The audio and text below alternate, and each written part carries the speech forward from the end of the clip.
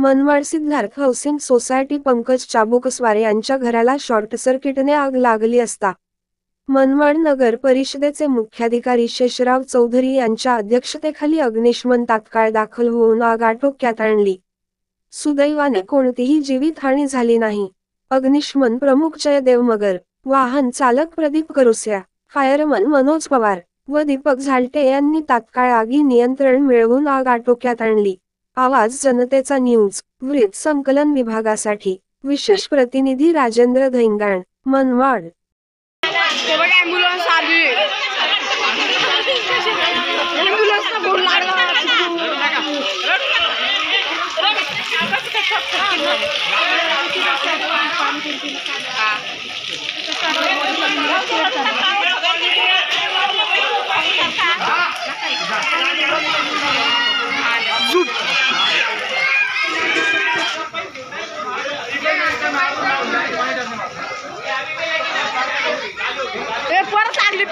परत लागली नाही हा ते परत